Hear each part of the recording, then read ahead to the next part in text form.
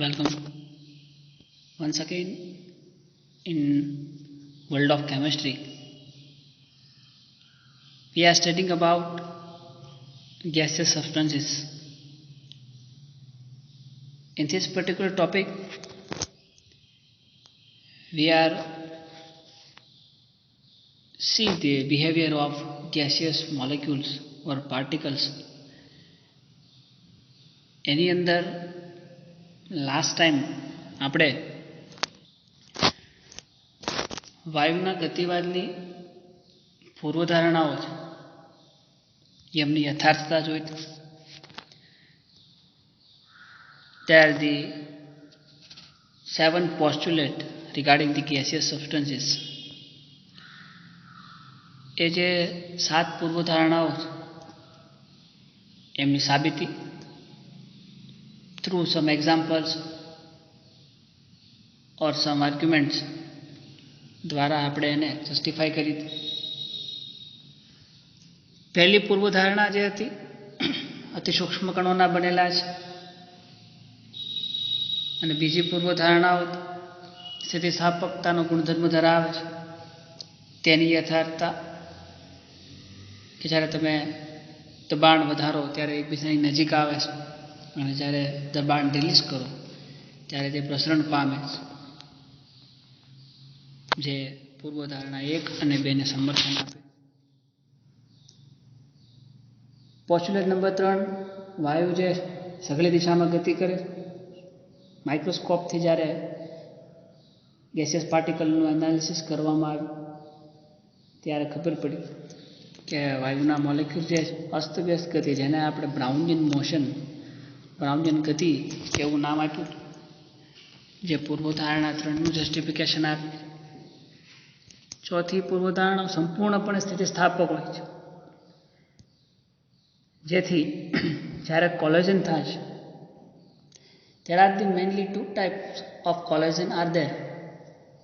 When you studied one particular gas,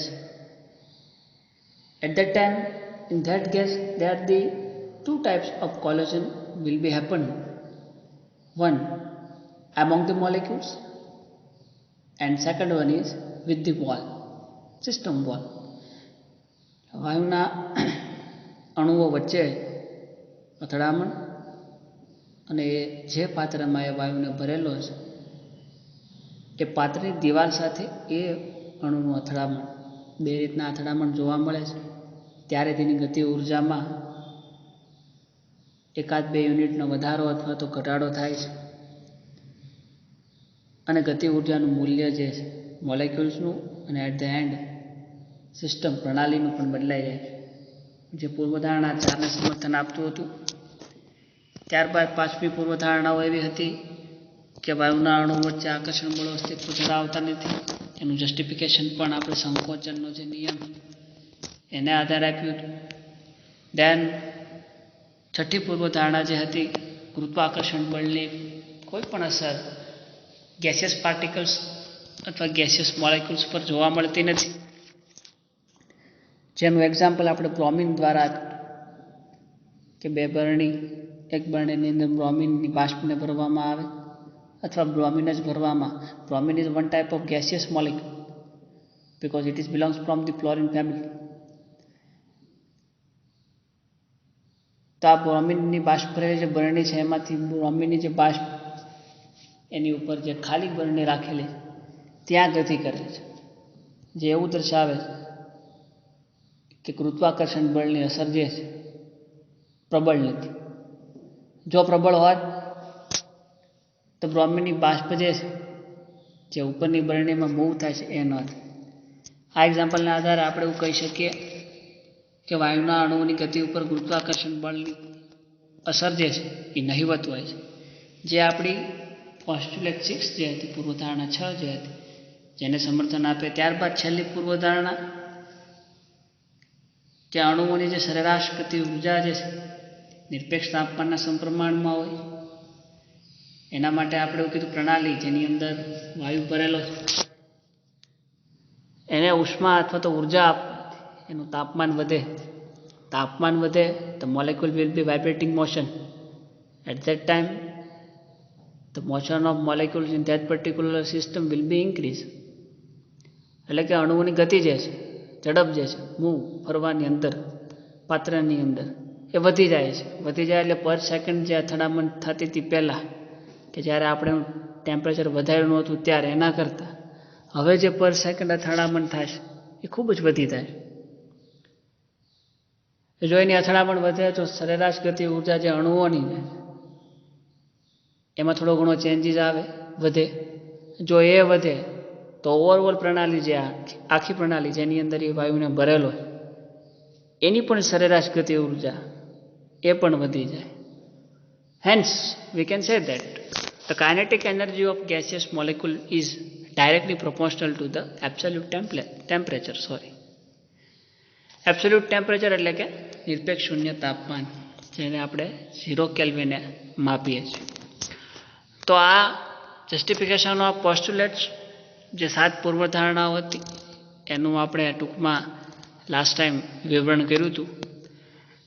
આ જે gaseous particle જે છે, now we are enter pure study of gaseous substances, કે હવે આ ગેસિયસ પાર્ટિકલ્સનું બિહેવિયર કેવું હોય છે એના વિશે વાત કરવા જઈ રહ્યા છીએ.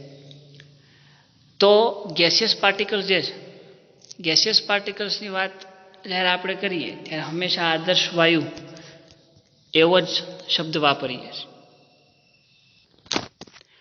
આદર્શ વાયુ એટલે જે આપણે સમીકરણ જોઈએ છે, કયું સમીકરણ? PV = nRT વાળું જે સમીકરણ છે, આ સમીકરણનું પાલન જો કોઈ ગેસિયસ મોલેક્યુલ્સ કરતો હોય તેને આપણે કહીએ છીએ કે આદર્શ વાયુ તરીકે વર્તે છે.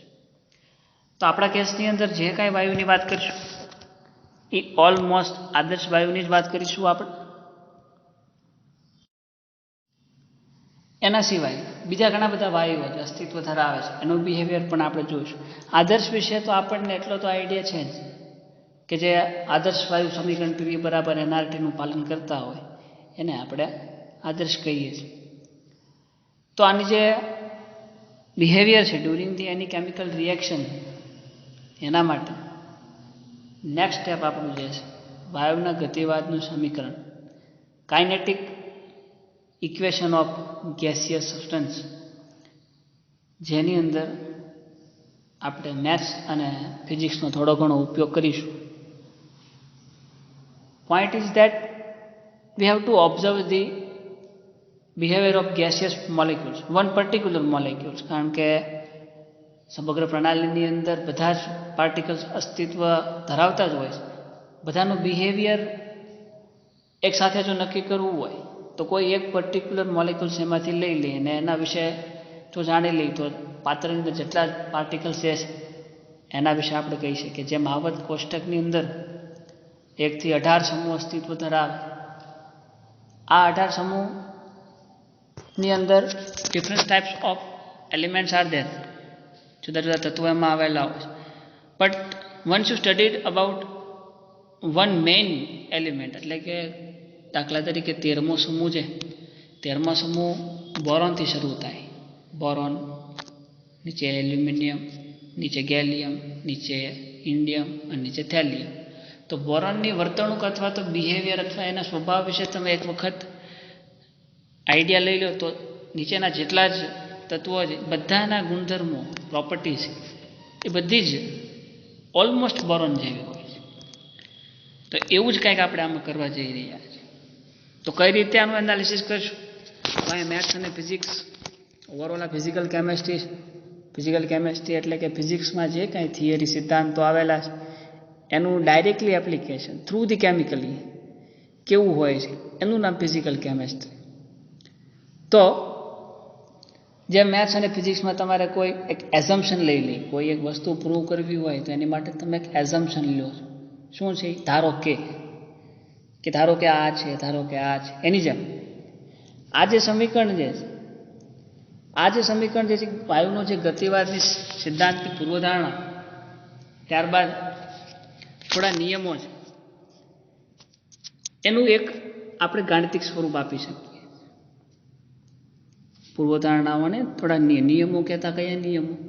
બોયલ્સનો નિયમ, ચાર્લ્સનો નિયમ, ગેલ્યુસેકનો, એવોગ્રેડોનો નિયમ, વાન ડર વાલ્સનો નિયમ, એન્ડ્રુઝનો એક્સપેરિમેન્ટ. આ બધા એક્સપેરિમેન્ટ અને જે એના નિયમો છે એને આધારે આપણે જે ગતિવાદનું સમીકરણ છે વાયુનું એને એક મેથેમેટિકલ ફોર્મ આપી શકીએ. એ જે મેથેમેટિકલ ફોર્મ જે છે એને વાયુના ગતિવાદનું સમીકરણ તરીકે ઓળખવામાં આવે છે. ધીસ ઇઝ અવર ટોપિક કે વાયુના ગતિવાદનું સમીકરણ કઈ રીતે મળે. તો કોઈ પણ ઇક્વેશન ડિરાઈવ કરતા પહેલા આપણને એના વિશે થોડી ઘણી આઈડિયા હોવો કે આની અંદર આપણે એકચ્યુઅલી કરવાનું છે. I think in your life your first time discussing this topic. તમે લોકો પહેલી જ વખત આ વાયુના ગતિવાદનું જે સમીકરણ જે છે એને જોતા હશો તો સાંભળતા હશો. તો ગોખવાની કાંઈ જરૂર નથી. તમને એટલીસ્ટ એટલો તો આઈડિયા હશે કે જ્યારે વાયુની વાત થતી હોય ત્યારે એના મુખ્ય 4 પેરામીટર્સ જે છે કયા કયા? આદર્શ વાયુ સમીકરણ PV is equal two nRT જે છે આની અંદર એના 4 પેરામીટર્સ. એ જે 4 પેરામીટર્સ છે પહેલું છે pressure, volume, number of moles and temperature. આ 4 પેરામીટર્સ વિશે તમને આઈડિયા હોવો કે એના ઉપર કેટલું પ્રેશર છે, એનું વોલ્યુમ કેટલું છે, નંબર ઓફ મોલ્સ કેટલા છે એન્ડ ટી એટલે કે એના ઉપર તાપમાન કેટલું છે. આ બધા જ પેરામીટર્સનો સંબંધ દર્શાવતું સમીકરણ એટલે એને આપણે વાયુના ગતિવાદનું સમીકરણ એવું પણ કહીએ. કે અહીંયા જે આર જે છે એ આદર્શ વાયુ કોન્સ્ટન્ટ વાયુનો અચળાંક છે, આઇડલ ગેસ કોન્સ્ટન્ટ. ઓકે, તો આ જે 4 પેરામીટર્સ છે એનું ડિસ્કશન એટલે એને આપણે કહીશું વાયુના ગતિવાદનું સમીકરણ. તો આને કોરિલેટેડ કરીને એક ઇક્વેશન તારવવાનું છે જે ઇક્વેશનને વાયુના ગતિવાદનું સમીકરણ કહે છે. તો સપોઝ ધારો કે કોઈ એક પાત્ર છે, એ પાત્રની અંદર આપણે ગેસિયસ મોલેક્યુલ્સને ભરેલા છે. જેમ આકૃતિમાં દર્શાવ્યામાં અહીંયા બધે ગેસિયસ પાર્ટિકલ્સ આ રીતના ભરેલા છે. આ gaseous among all this particles કોઈ એક પાર્ટિકલ્સ છે અહીંયા એમ તરીકે દર્શાવેલો છે. એમ જે છે એ એનું ગ્રામ વજન છે. તો here you can C in figure. ધારો કે L સેન્ટીમીટર બાજુ ધરાવતા એક સમઘનમાં N અણુઓ આવેલા છે. Here is your length L એટલે કે આ જે સમઘન તમે લીધો છે એની લંબાઈ જે ચારે બાજુથી અહીંયાથી અહીંયાથી અહીંયાથી આ રીતના બધેથી L સેન્ટીમીટર. એમાં N નંબર ઓફ અણુઓ આવેલા છે હિયર. અને એ બધા જ અણુઓ જે છે એ બધા જ અણુઓનું જે વેટ વજન દળ જે છે એ કેટલું છે તો કે m ગ્રામ છે. હવે આ બધા જ અણુઓમાંથી એમોંગ ઓલ ધીસ પાર્ટિકલ્સ આપણે કોઈ એક પાર્ટિકલ્સ પસંદ કરીએ અને એનું બિહેવિયર જોઈએ જેના આધારે આપણને બીજા બધાના બિહેવિયર વિશે માહિતી મળે. સો સમઘનમાં રહેલા વાયુના કોઈ એક અણુનો વેગ જે છે એ આપણે જે 20 સેન્ટીમીટર પર સેકન્ડ હોય એટલે વેગને સિમ્બોલ છે v વડે દર્શાવાય છે અને એનું એકમ છે સેન્ટીમીટર પર સેકન્ડ. પર સેકન્ડે કેટલું અંતર કાપે છે બરોબર? આપણે કિલોમીટર લખીએ ને 100 કિલોમીટર પર અવર એટલે કે 1 કલાકની અંદર કેટલું 100 કિલોમીટર જેટલું અંતર કાપે. ત્યાં તો બહુ મોટા વ્હીકલ આપણી માટે વન ટાઈપ ઓફ મોલેક્યુલ જ છે. C everywhere is chemistry. જ્યાં જોવો ત્યાં કેમિસ્ટ્રી છે. But you have a vision about that. એવી નજર હોવી જોઈએ. ખેર, તો એમ વ્હીકલ્સ બધા આપણી માટે as a chemistry student molecules જ છે. એ બધા બહુ મોટા મોલેક્યુલ્સ છે ને રોડ હાઈવેઝ એ બધી આપણી માટે બહુ મોટી જ પ્રણાલી છે. એ બહુ મોટી પ્રણાલી અંદર વાત કરે પણ આપણે અત્યારે બહુ નાની સૂક્ષ્મ પ્રણાલી કે જેની અંદર ગેસિયસ મોલેક્યુલ આવેલા. તો એ તો પર સેકન્ડે સેન્ટીમીટર જેટલું અંતર કાપશે. કેટલો વેગ છે? v વેગ. કોનો? વાયુના કોઈ એક અણુનો વેગ 20 સેન્ટીમીટર પર સેકન્ડ હોય પ્લસ આ વેગ v એના x, y અને z દિશાના ઘટકોના મૂલ્યો અનુક્રમે Vx, Vy અને Vz છે. આ x, y, z દિશાના ઘટકો એટલે ઇન ફિગર મેં એવું મેન્શન નથી કર્યું ક્યાં x છે, ક્યાં y છે અને ક્યાં z. હું એમ કહું કે માનો અહીંયા x છે, અહીંયા y છે અને અહીંયા z છે, તો કહો કે ના સર મારી માટે અહીંયા x છે, અહીંયા y છે અને અહીંયા z છે. કહો કે એ પણ સાચું છે. વળી કોઈક સ્ટુડન્ટ કે ના સર મારી માટે x is here is my y and here is z, તો એ પણ સાચું છે. ઇન શોર્ટ ત્રણમાંથી કોઈ પણ દિશાની અંદર તમે x, y અને z લઈ શકો છો. But once you are decide your x, y and z Cartesian યામ અથવા તો x, y and z axis એક વખત તમે ડિસાઇડ કરી લો પછી એને આગળ જ્યારે સમીકરણ તમે ડિરાઈવ કરશો ત્યારે એને ફિક્સ રાખો, ત્યારે બદલાવા જોઈએ. તો એ તમારી ઉપર કે x, y અને z કઈ દિશામાં તમે વાત કરી રહ્યા. બટ ઇન અવર કેસ આજનું જે આપણું સમીકરણ અથવા તો આપણે જે આ સમીકરણ તારવીએ છીએ એમાં x અહીંયા છે મારી માટે, y અહીંયા છે અને z અહીંયા છે. તો ઇટ્સ ડિપેન્ડિંગ અપોન યુ કે તમે x, y અને z કોને લ્યો છો. પણ અહીંયા મારી માટે x, y અને z આ રીતના ગોઠવાયેલા. હવે પાર્ટિકલ જે છે એ કોઈ પર્ટિક્યુલર દિશામાં તો ગતિ નહીં કરે. એની ગતિ આ રીતના ઝિગઝેગ પ્રકારની છે, અસ્તવ્યસ્ત ગતિ છે, ગમે ત્યાં આ રીતના મૂવ કરશે. તો આ ત્રણ દિશામાંથી ગમે ત્યાં મૂવ કરી શકે એ વાત પણ સાચી છે. જો x દિશામાં ગતિ કરતો હોય, અહીંયા આપણું x છે, આ દિશામાં ગતિ કરતો તેનો વેગ આપણે પહેલાં જ કીધેલું કેટલો છે v. જો x દિશામાં ગતિ કરતો હોય આ બાજુ, this is hour x towards the x, તેનો વેગ જે છે એ vx થશે. જો y દિશામાં ગતિ કરતો એટલે આ બાજુ ક્યાંક, because our y is here, તેનો વેગ જે છે એ vy થશે. જો z દિશામાં એટલે આ બાજુ ક્યાંક ગતિ કરતો હશે તેનો વેગ because here is our z, તો એનો વેગ જે છે એ vz પ્રકારનો થશે.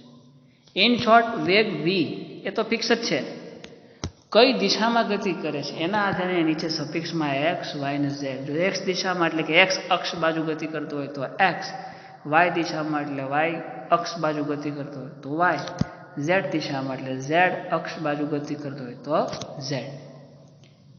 ધીસ ઇઝ ધી વેગ, વેલોસિટી. ઇંગ્લિશમાં વેગને વેલોસિટી કહેવાય. That's why the symbol of velocity is v. વેગ ત્રણેય દિશામાં આ રીતે આપણે દર્શાવી શકીએ. એ જ કહે છે શું કે અણુનો કોઈ એક અણુનો વેગ કોઈ એક અણુ જે છે એનો વેગ v સેન્ટીમીટર/સેકન્ડ હોય. આ વેગ vના x, y અને z દિશાના ઘટકોના મૂલ્યો અનુક્રમે vx, vy અને vz છે. તો ઓવરઓલ વેગ, ત્રણેય દિશાનો ઓવરઓલ વેગ જો આપણે લખવો હોય તો we can write here v² is equal to vx² plus vy² plus vz². Equation number 1. ક્યાંથી આવ્યું આ ઇક્વેશન? It is none of your syllabus part. સિલેબસનો પાર્ટ નથી. You just have to accept it and move ahead. સ્વીકારીએ અને આગળ વધીએ. તો સમગ્ર દિશાની અંદર જે વેગ જે છે એને આપણે સમીકરણ 1 v² is equal to vx² plus vy² plus vz² વડે દર્શાવી શકીએ છીએ. ઉપરોક્ત સમીકરણ અનુસાર અણુ x દિશામાં vx વેગથી ગતિ કરે છે. આપણે જે સમીકરણ 1 દર્શાવ્યું એમાં માની લો કે અણુ જે છે એ x દિશામાં vx વેગથી ગતિ કરે છે. જેમ મેં કીધું એમ જો y દિશામાં ગતિ કરતો હોય તો એના માટે vy હોય અને જો z દિશામાં ગતિ કરતો હોય તો vz. સોરી. હવે આ જે મોલેક્યુલ છે એ પાત્રની દિવાલ A સાથે લંબ દિશામાં અથડાય છે. આકૃતિની અંદર આપણે જોઈએ તો અહીંયા આપણે નામકરણ કરેલું છે A1 અને A2. અને મોલેક્યુલ્સ જે છે એ આ બાજુ પણ અથડાઈ શકે, આ બાજુ પણ ઉપર પણ અથડાઈ શકે, નીચે ગમે ત્યાં. But yes now studying maths or physics, તો આપણે ધારી શકીએ. ધારો કે આ જે મોલેક્યુલ જે છે એ પાત્રની એ દિવાલ જે છે ત્યાં લંબ રૂપે અથડાય છે. અથડામણ જે છે સ્થિતિસ્થાપક છે, જે આપણે પૂર્વધારણાઓ અને એની યથાર્થતા છે એમાં પણ જોયું કે વાયુના અણુઓનું જે એક મેઇન પ્રોપર્ટીઝ, મેઇન મુખ્ય ગુણધર્મ છે સ્થિતિસ્થાપકતા. તો સ્થિતિસ્થાપકતાને લીધે આ જે મોલેક્યુલ જે છે એ સાથે અથડાઈને રિટર્ન પણ ફરી શકે છે એ જ દિશામાં, આ બાજુ પણ ગતિ કરી શકે છે, આ બાજુ પણ ગતિ કરી શકે.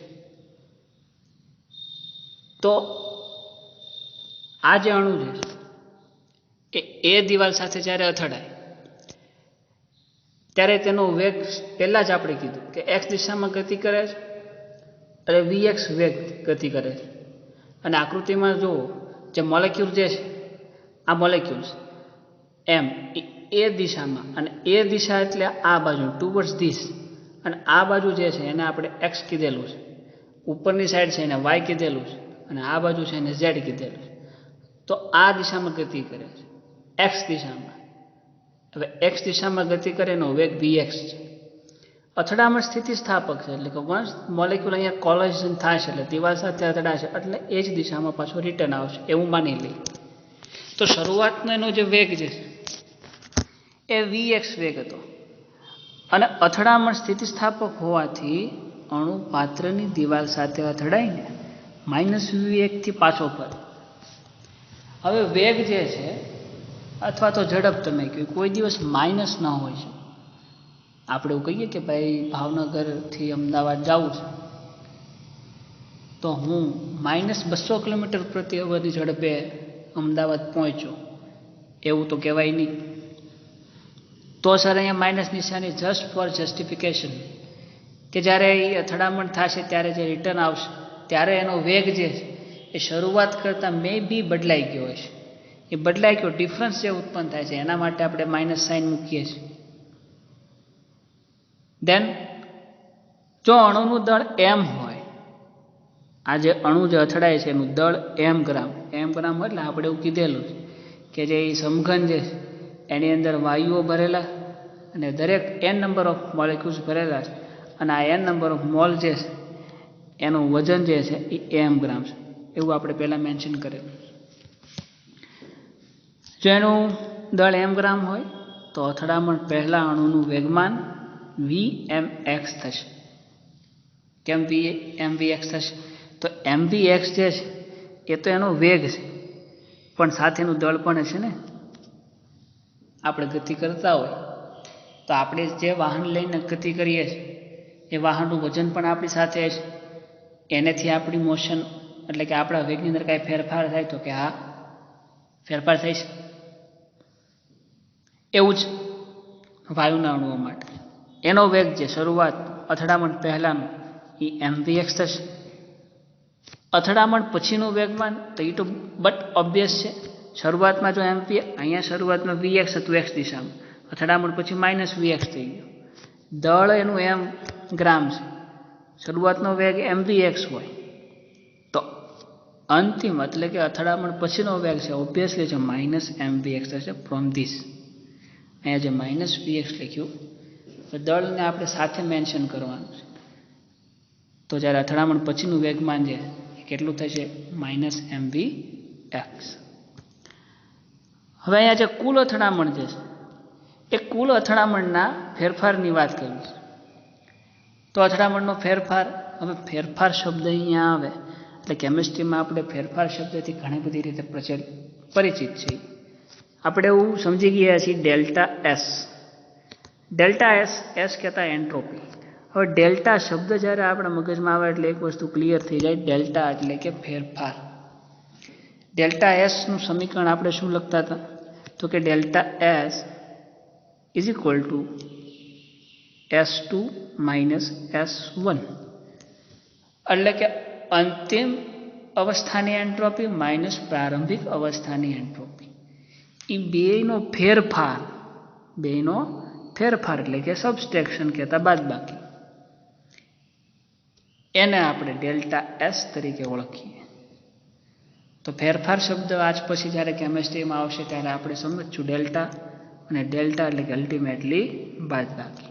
બે અવસ્થાઓની બાદબાકી ક્યારે પોસિબલ થાય છે? વધારે અથવા ઓછું હોય ત્યારે, અથવા બેની અંદર શરૂઆતમાં ક્યાંક હોય અને પછી નેક્સ્ટ સ્ટેજમાં ક્યાંક હોય એવી વાત, ત્યારે ફેરફાર આવે. એવી જ વસ્તુ અહીંયા કે શરૂઆતમાં એનું વેગમાન mvx, અથડામણ પછી -mvx, એનો જે ફેરફાર જે છે એ ફેરફાર નીચેના સમીકરણથી દર્શાવી છે. શરૂઆતમાં mvx, તો અહીંયા mvx માઇનસ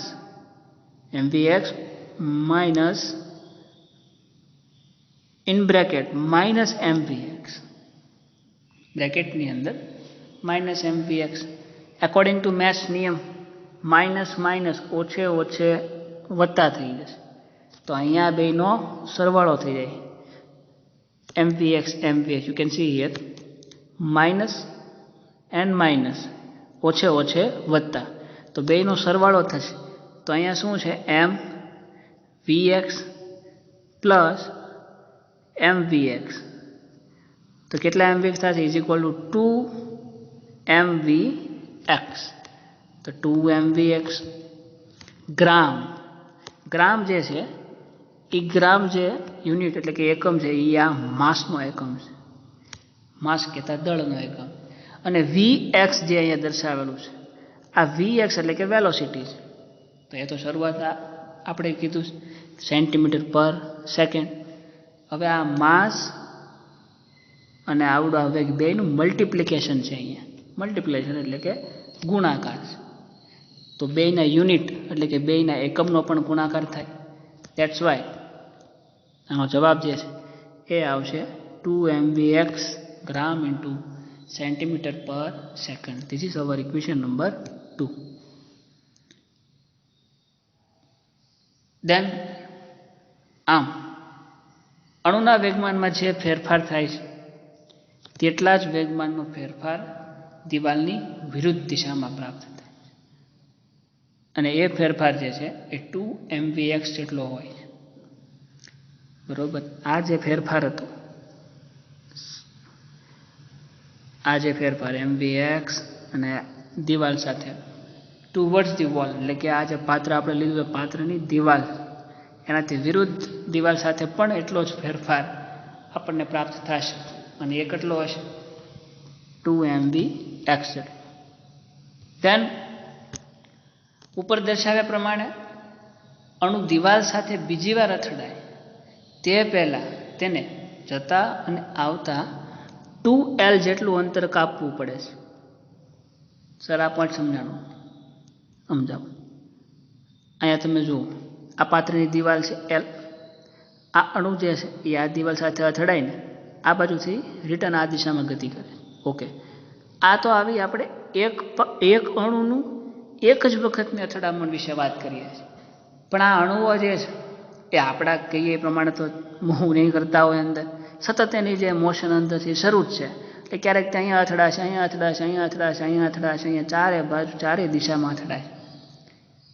બરોબર. ફોર સિમ્પ્લિસિટી આપણે ખાલી સમજવા માટે એવું કહીએ છીએ કે સપોઝ ધારો કે અહીંયા જોવું લખ્યું આપણે કે ધારો કે L સેન્ટીમીટર બાજુમાં અને એ જે મોલેક્યુલ જે છે આવડો આ એ x દિશામાં અથડાય છે. સમજણ માટે છે. બાકી ચારે દિશામાં મૂવ કરતો હશે તો કે હા સર ચારે દિશામાં મૂવ કરતો હશે, તો અહીંયાથી અથડાય ને અહીંયા જાય. પણ ત્યાંથી એવું થોડું છે, અહીંયા બાજુનો આવે પણ આવી શકે ચાન્સે વધારે ઘણા બધા. સપોઝ માની લો કે અહીંયાથી અથડાય પછી રિટર્ન અને રિટર્નથી વળી પાછો આ વોલ સાથે અહીંયા નીચે અથડાય, ત્યારે તેને L જેટલું અંતર કાપવું પડે. એક વખત અથડાય ત્યારે L, પછી રિટર્ન જઈને વળી પાછો ત્યારે બીજું L, એવી રીતના L પ્લસ L 2L, અહીંયાથી L વળી પાછું L, એટલે અહીંયા પોર્શન પૂરો થઈ જાય ત્યારે અહીંયા એક L વળી પાછું અહીંયા આવે ત્યારે આ બીજું L plus L total 2L જેટલું અંતર એને કાપવું પડે. અને એ અંતર જે છે એ અંતર કાપતા તેને T જેટલો સમય લાગે છે. એને T જેટલો સમય લાગે છે. આ T જે છે એ શું છે તો કે સમય, પણ શેનો? બે ક્રમિક અથડામણો વચ્ચેનો સમય છે. અથવા તમે એવું પણ કહી શકો કે આ જે મોલેક્યુલ જે છે એ એક વખત અહીંયા અથડાઈ જાય ત્યારે એલ, વળી પાછું અહીંયા અથડાશે ત્યારે પણ એલ, તો વળી રિટર્ન આવે ત્યારે આ એલ પ્લસ એલ એટલે કે 2L જેટલું વળી અહીંયા એ બાજુ જ્યારે અથડાવા આવશે ત્યારે એને 2L જેટલું અંતર કાપવું પડે. એક બાજુનું એલ અને બીજી બાજુનું ટોટલ 2L. એ અંતર કાપીને વળી પાછું અહીંયા એ પોઈન્ટ આગળ રિટર્ન આવશે ત્યારે એને ટી જેટલો સમય લાગે. એટલે બે અથડામણો, એક અથડામણ જ્યારે અહીંયા આ બાજુ થાય છે એટલે કે આ દિવાલ સાથે થાય છે અને પછી આ દિવાલ સાથે, આ બે ક્રમિક એક પછી એક થતી અથડામણ, એની વચ્ચેનો સમય જે છે એ છે ટી. ધેન બે ક્રમિક અથડામણો વચ્ચેનો સમય છે. તેથી દર સેકન્ડ અણુની દિવાલ સાથે થતી કુલ અથડામણોની સંખ્યા Vx/2L. ટોટલ કોલિઝન જે છે દિવાલ સાથે પર સેકન્ડ કેટલી અથડામણ થાય છે એની સંખ્યા Vx/2L. હવે આ જે અથડામણ જે છે એનાથી વેગમાનનો જે ફેરફાર દર્શાવવો હોય તો કે દર્શાવી શકીએ. કઈ રીતે? તો કે અથડામણ અને વેગમાન બે એક જ સાથે છે. તો એવું કરી શકીએ કે આગળ જે આપણને વેગમાન મળ્યું હતું, આગળ કયું હતું આવડું, આ 2mvx છે ને, દિવાલની વિરુદ્ધ દિશામાં પ્રાપ્ત થતો આ વેગમાન છે દિવાલની વિરુદ્ધ દિશામાં. અને અહીંયા આપણે જે વાત કરીએ છીએ એ અથડામણની વાત કરીએ. કેટલી છે પર સેકન્ડે દિવાલ સાથે Vx/2L. તો વેગમાન અને અથડામણ બેને એકબીજા સાથે કમ્બાઈન કરી દઈએ તો આપણને દર સેકન્ડે દિવાલને પ્રાપ્ત થતો વેગમાનનો ફેરફાર જે છે એ કેટલો છે એમ મળી જાય. એના માટે કુલ વેગમાનનો ફેરફાર એને ગુણ્યા કુલ અથડામણોની સંખ્યા. કોને લીધે ફેરફાર થાય છે? તો કે આ જે અથડામણ થાય છે એના લીધે. તો કુલ અથડામણો કેટલી છે? તો કે સર આટલી Vx/2L. એનો ફેરફાર તો કે કુલ ફેરફાર એને ગુણ્યા અથડામણોની સંખ્યા 2mvx × Vx/2L. ઓકે, હવે તમે આ સમીકરણમાં જોઈ શકો અહીંયા પણ 2 છે અને નીચે છેદમાં પણ 2 છે. તો આ 2 જે છે અહીંયા અંશમાંથી અને આ નીચે છેદમાંથી બે 2 કેન્સલ થઈ જશે. વધશે શું? mvx × Vx/L. તો Vx × Vx એટલે Vx એનો સ્ક્વેર. તો આપણને શું મળશે? આપણને મળશે mvx એનો સ્ક્વેર / L, જે અહીંયા સમીકરણમાં બતાવ્યું. યુનિટની વાત કરીએ તો ઉપર અંશમાં m છે એટલે અહીંયા you can see here is m એટલે કે દળ, એનો એકમ થશે ગ્રામ. Vx² એટલે આપણે એનો એકમ લખેલો છે સેન્ટીમીટર/સેકન્ડ, કોનો? વેગનો. ઓકે, અને નીચે છેદમાં છે લેન્થ, લંબાઈ જે છે એ સેન્ટીમીટરમાં માપી શકાય. અહીંયા Vx² એટલે કે સેન્ટીમીટર સ્ક્વેર સેકન્ડ સ્ક્વેર, અને લેન્થ એનો એકમ થાય સેન્ટીમીટર. તો 1 સેન્ટીમીટર અને 1 સેન્ટીમીટર અહીંયાથી કેન્સલ થઈ જાય. તો વચ્ચે શું? તો ખાલી વચ્ચે અહીંયા 1 જ સેન્ટીમીટર વચ્ચે અને સેકન્ડ સ્ક્વેર વચ્ચે. તો આનો અલ્ટિમેટલી એકમ જે છે એ શું થાય છે? ગ્રામ સેન્ટીમીટર/સેકન્ડ². ન સમજાય તો બુકની અંદર એક વખત ટ્રાય કરીને જુઓ. ઉપર જે ટર્મ જે છે શરૂઆતમાં ટર્મ અહીંયા m છે તો એમનો એકમ લખી નાખો ગ્રામ. એની પછી Vx² વેગનો એકમ આપણે લખ્યો હતો સેન્ટીમીટર/સેકન્ડ, પણ અહીંયા સ્ક્વેર છે એટલે સેન્ટીમીટર સ્ક્વેર સેકન્ડ સ્ક્વેર, છેદમાં લંબાઈ તો આપણે સેન્ટીમીટરમાં જ હોય. એ પણ આપણે આગળ મેન્શન કરેલું છે કે L સેન્ટીમીટરના સમઘનમાં, કે એની લંબાઈ કેટલી છે? સેન્ટીમીટર. તો 1 સેન્ટીમીટર અહીંયાથી 1 સેન્ટીમીટર અહીંયાથી કેન્સલ આઉટ થઈ જશે અને છેલ્લે જે વધશે એ શું વધશે? તો કે સેન્ટીમીટર/સેકન્ડ². This is our equation number 3. તો આ રીતના સમીકરણ નંબર 3. દેન આગળ અહીંયા જે અથડામણ તમે વાત કરી સારી વાત સાચી, પણ દર સેકન્ડે અથડામણ તો આપણે દર સેકન્ડે જ થવાની છે. દર સેકન્ડે દિવાલને પ્રાપ્ત થતો વેગમાંનો ફેરફાર જે છે એ તેના પર લાગતા બળ કહેતા ફોર્સના સમપ્રમાણમાં હોય. ફોર્સ કહેતા એફ. તેથી આપેલ અણુની અથડામણને કારણે દિવાલ પર લાગતું બળ કેટલું હશે? તો કે સર બળ જે આપણે અથડામણ થાય છે જેટલા વેગથી થાય છે એ જે પોઈન્ટ ઉપર અથડાય છે ત્યારનું બળ, તો એને આપણે આના સમીકરણ વડે દર્શાવી શકાય કે ન દર્શાવી શકાય? તો કે હા, આમાં બધું જ આવી.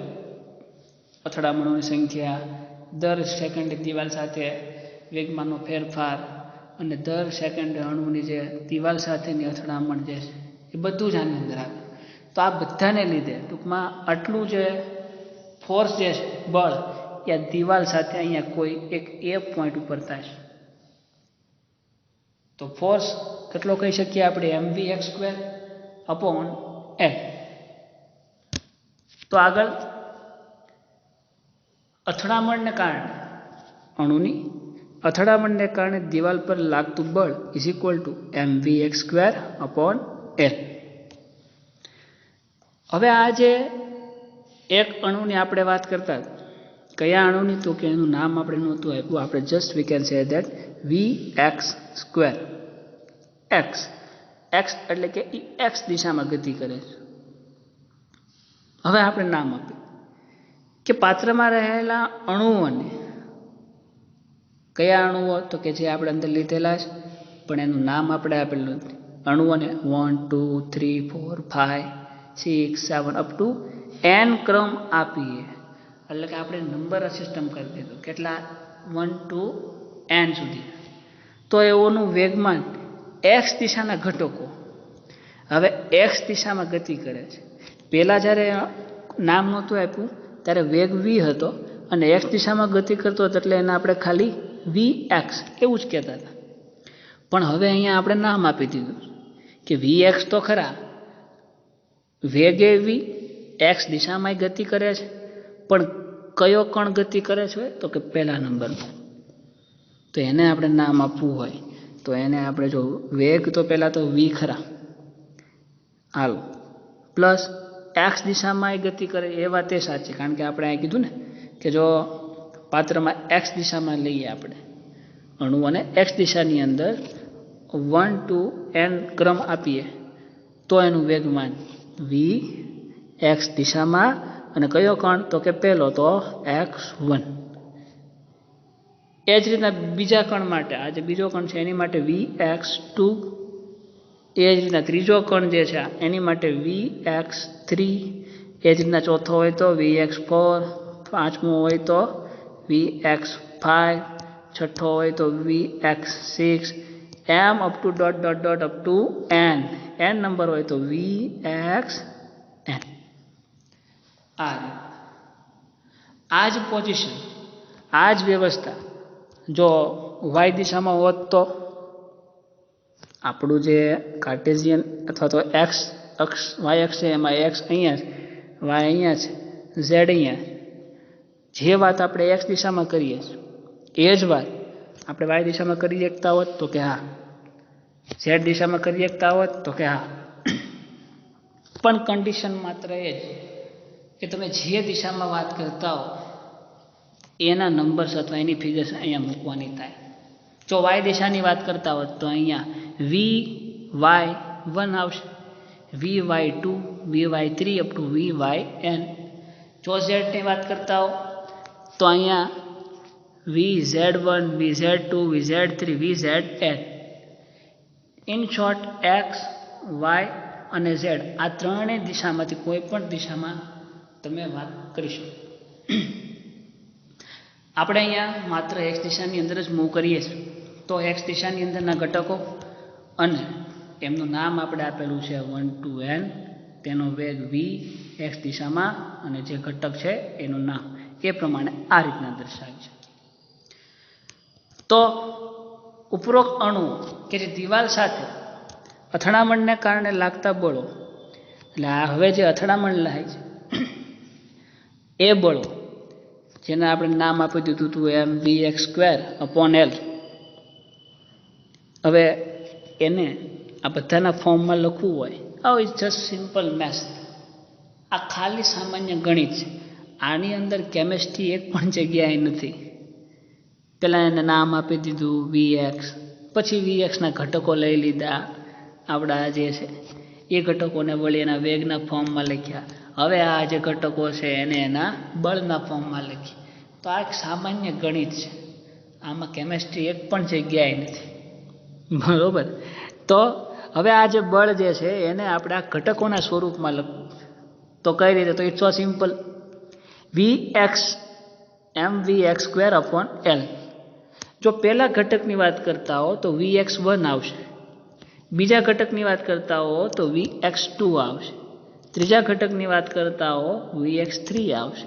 એ જ રીતના ચોથાની હોય તો vx4 આવશે, અને એ જ રીતના અપ ટુ n સુધીની વાત કરતા હો તો vxn આવશે. સર આ બધું કઈ જગ્યાએ આવશે? તો કે માય ડિયર અહીંયા જે જગ્યાએ એમ vx² લીધેલું છે આ vx ત્યાં ખાલી vx નહીં આવે, પણ હવે ઘટકને આપણે ક્રમ આપી દીધેલા છે. કયા? 1 to n. તો આ જે vx જે છે એ ખાલી vx નહીં પણ એમના ક્રમ સાથે આવશે જ્યાં દર્શાવેલ. તો આને આપણે કઈ રીતે લખી શકીએ? તો કે આ રીતના પહેલા ઘટક માટે જો લખવું હોય તો આપણે એવું લખી શકીએ કે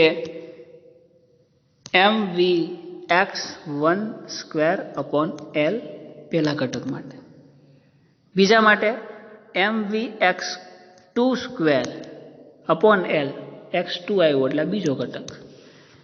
પછી લખી શકીએ આપણે mvx3²/L આ ત્રીજા ઘટક માટે, અને છેલ્લે mvxn²/L vxn માટે.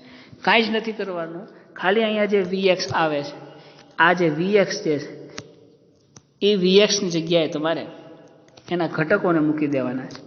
આ જે vx તમે અહીંયા જોઈ રહ્યા છો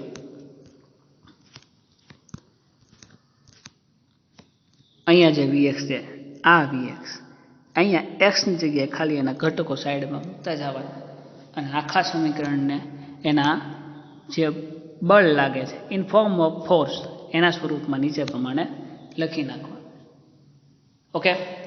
તો હવે આ જે બળ જે છે જેને આપણે mvx² અને vxના ઘટકો સ્વરૂપે લખ્યું છે એ બળ આ બધા જ અણુઓનું સમેશન કહેતા સરવાળો, બધા જ અણુઓનો સરવાળો લઈ લીધી.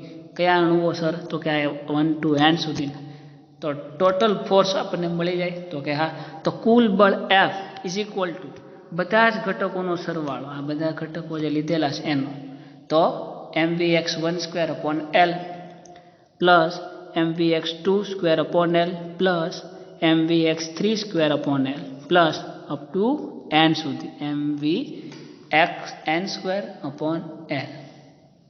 હવે આ સમીકરણને તમે ધ્યાનથી જો તો આ સમીકરણની અંદર તમને બધા જ પદની અંદર જેટલા પદ જે છે એ પદની અંદર ઉપર અંશમાં m અને છેદમાં l એ બધા જ ની અંદર કોમન છે. જો અહીંયા પણ m અને l, અહીંયા m અને l, m અને l છે. તો હવે according to our maths rule, ગણિતના નિયમ પ્રમાણે એ વસ્તુને આપણે કોમન કાઢી લઈએ તો બધા જ પદમાંથી m/l જે છે એ કોમન નીકળી જાય છે. m/l કોમન નીકળી જાય અહીંયા 12. તો અંદર ખાલી શું વધશે? પહેલા પદમાંથી m/l તમે કોમન કાઢો તો ઉપર ખાલી વધશે vx1², એ જ રીતના અહીંયા vx2², અહીંયા vx3² અને અહીંયા vxn². તો એ બધા જ ને સરવાળામાં તો છે જ બધા અહીંયા, તો બધાનો સરવાળો કરી શકીએ. તો m/l એ પાછું m/l આ બધા vx સાથે મલ્ટિપ્લિકેશનમાં, એટલે એનો ગુણાકાર અંતર જે કાઉન્સમાં વધે છે vx1² plus vx2² plus vx3² plus ... up to vxn². તો આ જે છે એ આપણું સમીકરણ નંબર 4 કયા સ્વરૂપમાં છે? કે જે અથડામણ થાય છે દિવાલ સાથે અને એના કારણે જે બળ ઉત્પન્ન થાય છે એના સ્વરૂપની અંદર આપણે લખી શકીએ. સો આજના સેશનની અંદર અહીંયા સુધી આપણે આજે કોઈ એક સમીકરણ, ગતિવાદનું સમીકરણ, પૂર્વધારણાઓ અને સિદ્ધાંતોને આધારે કોઈ એક સમઘનની અંદર કોઈ એક પર્ટિક્યુલર મોલેક્યુલ જે એ બધી જ દિશામાં એક્સ, વાય અને ઝેડ દિશામાં ગતિ કરે છે, એની લંબાઈ, નંબર ઓફ મોલ્સ અને એનું દળ કેટલું છે એ ધારીને ટોટલ વેગ કોઈ એક દિશામાં એટલે એક્સ દિશામાં ગતિ કરે છે એમ માનીને એનો વેગ અને એનો દળ સાથેના વેગમાનનો ફેરફાર એ તારવ્યું. પછી એ જે વેગમાન છે એ વેગમાન દર સેકન્ડે દિવાલ સાથે જે અથડાય છે ત્યારે એનો ફેરફાર કેટલો છે એનો સંબંધ દર્શાવતું એક સમીકરણ તારવ્યું. અને છેલ્લે આ બધા જે અથડામણોને કારણે જે બળ ઉત્પન્ન થાય છે તો એ દર સેકન્ડે દિવાલ પર કેટલું બળ લાગે છે એના સ્વરૂપમાં સમીકરણ નંબર 4 કયા સ્વરૂપમાં mv(x²/L) એ તારવ્યું. તો આજના સેશનમાં અહીંયા સુધી જ. ત્યાં સુધી નેક્સ્ટ સેશન શરૂ થાય ત્યાં સુધી વાંચો, કીપ રીડિંગ. ન સમજાય ત્યાં તમે પૂછી શકો છો. Okay, to be continue. Thank you.